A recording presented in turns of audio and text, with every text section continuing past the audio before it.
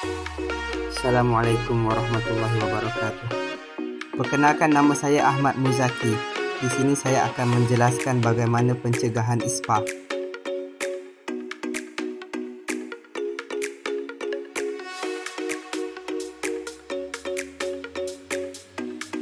Pengertian ISPA.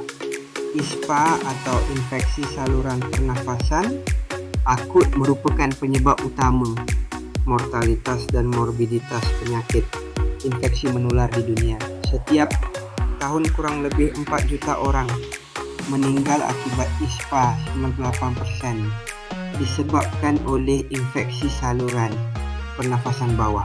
Tingkat mortalitas tertinggi yaitu pada bayi, anak-anak dan orang lanjut usia, terutama dengan negara pendapatan per kapita rendah dan menengah.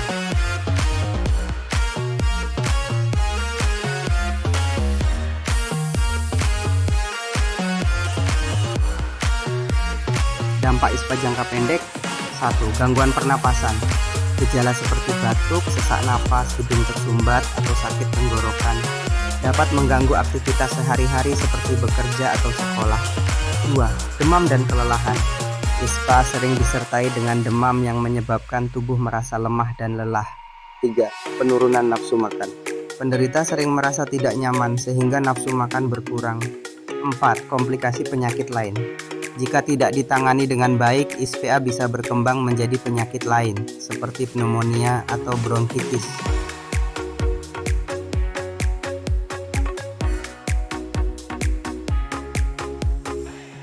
Dampak ISPA jangka panjang.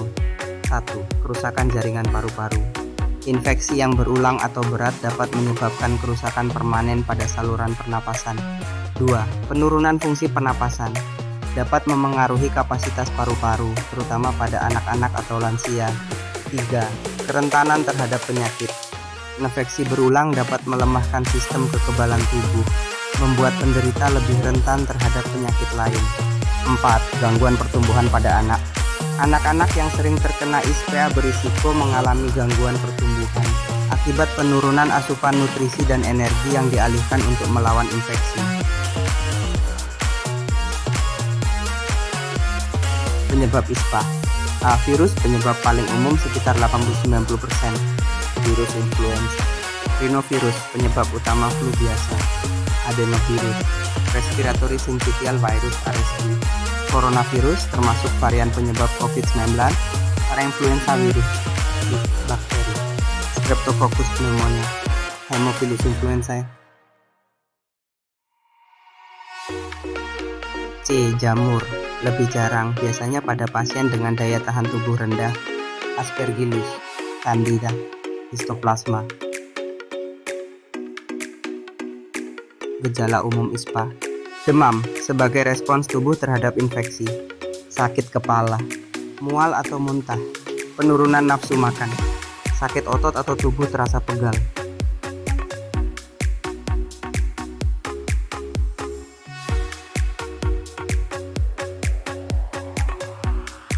Gejala ISPA pada anak. Pada anak-anak, ISPA sering lebih sulit dikenali karena mereka mungkin tidak dapat menjelaskan gejalanya. Tanda-tanda yang harus diperhatikan: kesulitan bernapas, terlihat dari napas cepat atau lubang hidung yang kembang kempis. Bayi atau anak kecil mungkin mengalami rewel, menangis terus-menerus, atau kesulitan menyusu. Demam tinggi atau kejang demam.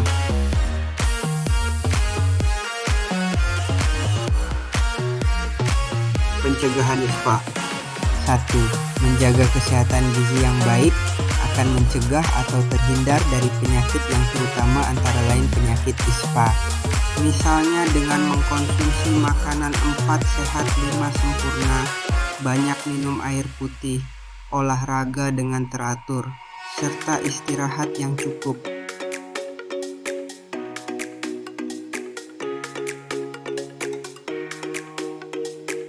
2. Imunisasi.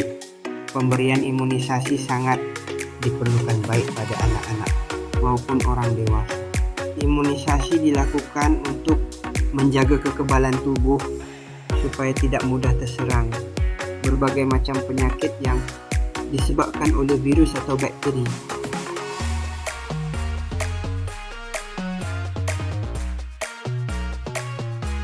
3. Menjaga kebersihan perorangan dan lingkungan.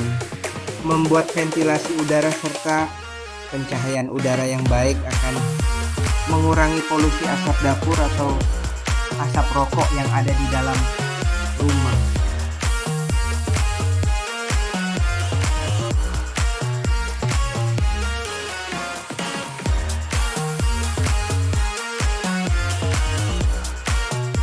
Empat, mencegah anak-anak berhubungan dengan penderita ISPA, infeksi saluran pernapasan.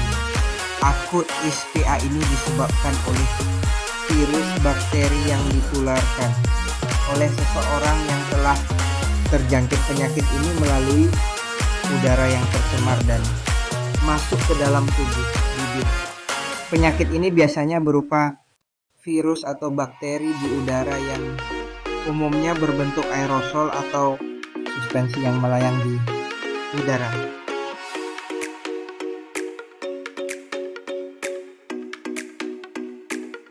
Peran masyarakat dalam pencegahan ISPA. 1. Menjaga kebersihan pribadi dan lingkungan. Cuci tangan secara rutin, menggunakan sabun dan air mengalir, terutama sebelum makan, setelah batuk bersin, atau setelah menyentuh benda yang sering digunakan bersama, seperti gagang pintu. Membersihkan rumah secara teratur, termasuk menjaga sirkulasi udara dengan membuka jendela atau menggunakan ventilasi yang baik. Membuang sampah pada tempatnya, termasuk tisu bekas batuk bersin dan masker bekas.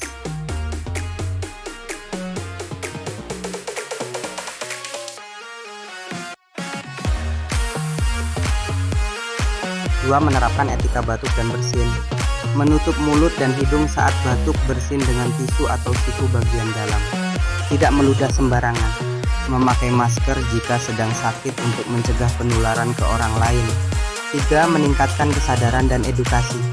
Menyebarkan informasi tentang penyebab, gejala, dan pencegahan ISPA di lingkungan sekitar melalui diskusi, media sosial, atau acara komunitas. Menghindari stigma. Tidak mengucilkan orang yang sakit, tetapi memberikan dukungan, seperti mendorong mereka untuk berobat.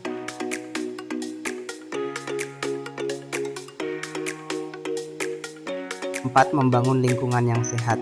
Mengurangi polusi udara, tidak membakar sampah sembarangan, dan mengurangi penggunaan bahan bakar yang menghasilkan asap berbahaya. Menanam pohon atau tanaman hijau untuk meningkatkan kualitas udara. Meningkatkan ventilasi di ruang publik, seperti sekolah, kantor, dan rumah ibadah.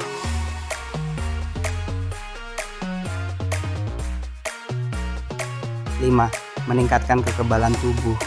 Konsumsi makanan bergizi, kaya vitamin dan mineral untuk mendukung daya tahan tubuh. Olahraga secara teratur untuk menjaga kebugaran. Istirahat yang cukup, memastikan tubuh mendapat waktu pemulihan yang baik. Imunisasi, mendukung program vaksinasi seperti vaksin influenza atau pneumonia.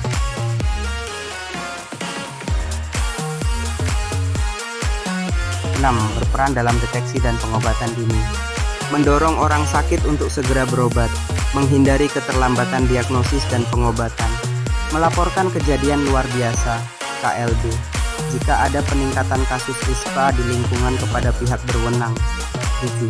Mendukung kebijakan pemerintah.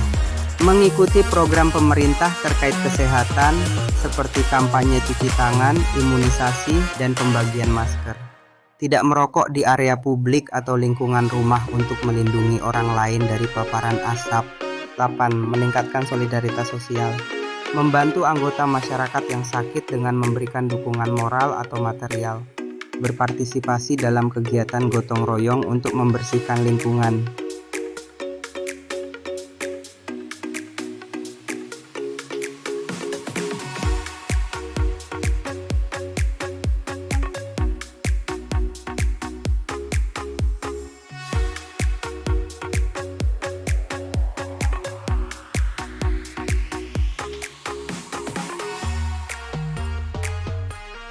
Semoga apa yang saya sampaikan bermanfaat dan dapat memberikan wawasan baru. Terima kasih atas waktu dan perhatian yang telah diberikan. Semoga video ini membantu. Terima kasih.